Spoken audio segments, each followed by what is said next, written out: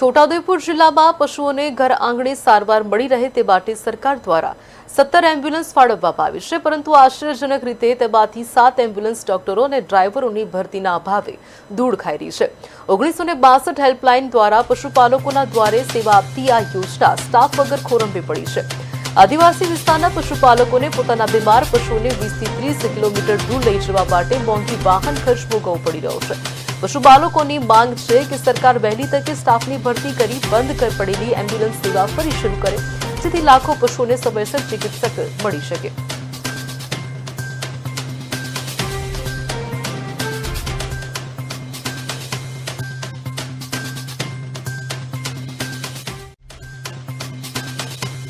ચોવીસ 1962 હેઠળ કામ કરતી EMRI ગ્રીન એજન્સી દ્વારા ચાલતી એમ્બ્યુલન્સનો ફાળવવામાં આવેલી હતી।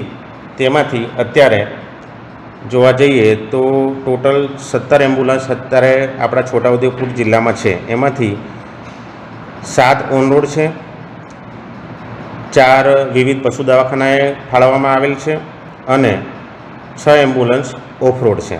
તો ત્યાં અમને જાણવા મળ્યું કે તમારા ગામમાં કોઈ આવી કોઈ સુવિધા છે નહીં। તો પછી મેં કીધું નજીકમાં કોઈક સુવિધા ચાલુ હોય તો એમ્બ્યુલન્સ હોય તો અમને વાત કરો।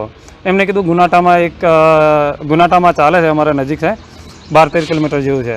ત્યાં ફોન કરીને વાત કરી તો ત્યાંના અધિકારી એવું કહે છે કે અમારી જોડે એમ્બ્યુલન્સ છે પણ સ્ટાફ નથી। તો સરકારને મારી નમ્ર અપીલ છે કે આ હર કોઈ સુવિધા, આ જે સુવિધા ચાલુ કરી છે તો અમારે ગામડે આ સુવિધા મળે ને પૂરતો સ્ટાફ રાખે છે।